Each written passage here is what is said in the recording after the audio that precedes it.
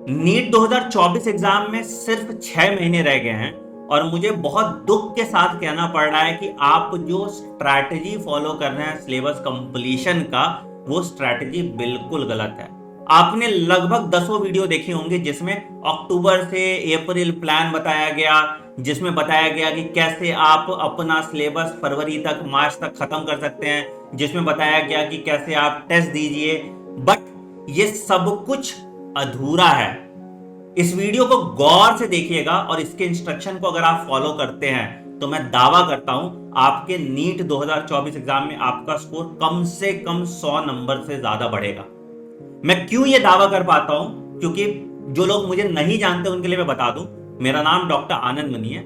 मैंने AIPMT दिया था और मेरी all India rank 4160। I completed my MBBS from Vardhman Mahavir medical college and Safdarjung hospital और मैं पिछले 8 सालों से नीट एस्पायरेंट्स को पढ़ा रहा हूँ। तो मैंने ये दोनों साइड की जर्नी देखी है, एज अ स्टूडेंट भी, एज अ टीचर भी। और जो बातें मैं आपको अभी बता रहा हूँ वो बिल्कुल इस एक्सपीरियंस से आ रहा है कि जब मैं स्टूडेंट था तो मैंने अपनी तैयारी कैसे की और जब मैं टीचर बना तो मैंने अपने स्टूडेंट्स की तैयारी कैसे कराई जिससे वो सिंगल डिजिट और डबल डिजिट रैंक ला पाए।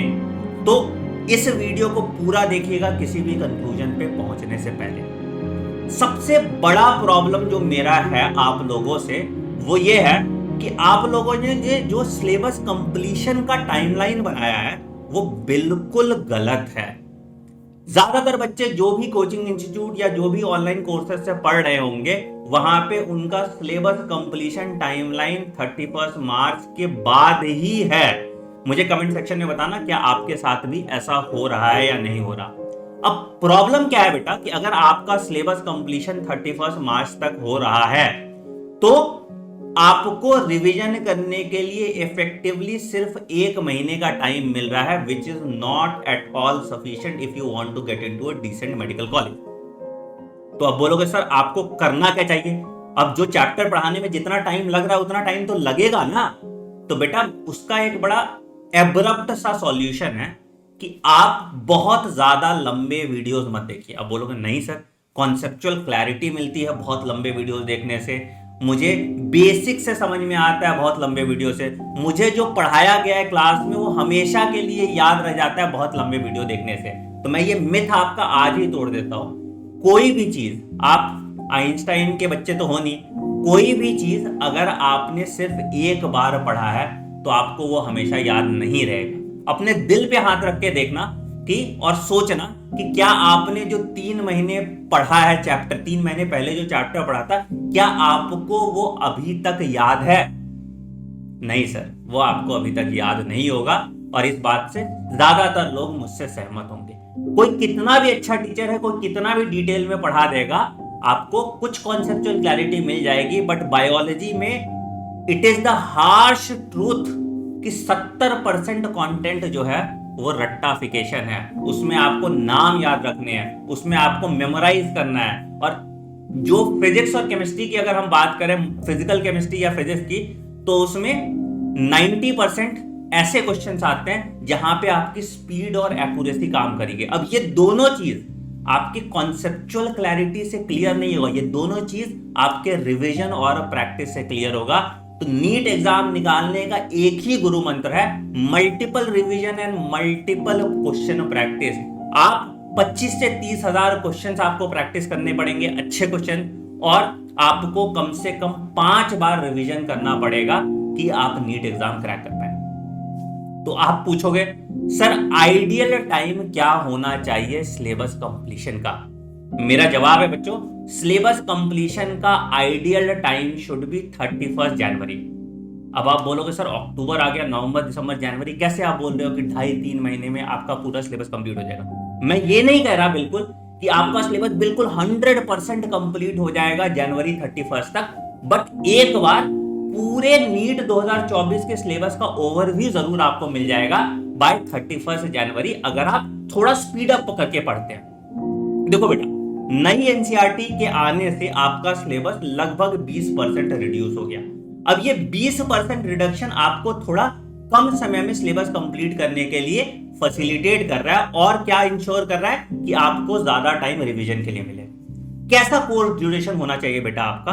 तो जैसे कि मैंने आपको कहा, अगर आप अभी से पढ़ना स्टार्ट कर रहे हो तो आपको 200 घंटे फिजिक्स में देना चाहिए, 150 घंटे केमिस्ट्री में देना चाहिए और 150 घंटे बायोलॉजी में देना चाहिए। मैं बहुत जिम्मेदारी के साथ कह रहा हूं कि इतना ड्यूरेशन सफिशिएंट है अगर आप इस लेक्चर ड्यूरेशन को फॉलो करते हैं अपना सिलेबस पहली बार कंप्लीट करने के लिए। पहली बार जब आप सिलेबस कंप्लीट कर लेंगे और क्वेश्चन सॉल्व करेंगे तो आप 60-65% एक्यूरेसी से क्वेश्चन सॉल्व कर पाएंगे और फुल सिलेबस टेस्ट में आपके 400 के आसपास नंबर आएंगे।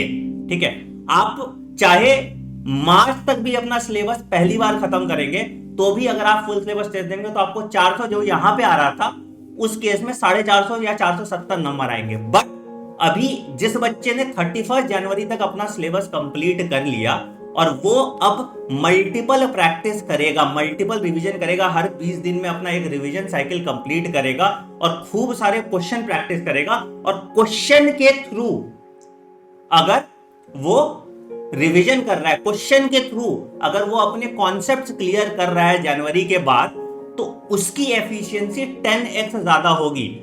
हर टेस्ट के साथ, हर 1000 क्वेश्चन के साथ उसका स्कोर 20 से 30 नंबर बढ़ते जाएगा फुल सिलेबस टेस्ट में। एंड इवेंचुअली जब वो 31 मार्च तक पहुंचेगा, जब आपका सिलेबस कंप्लीट हो रहा है, तो वो ऑलरेडी 580 प्लस मार्क्स ला रहा होगा।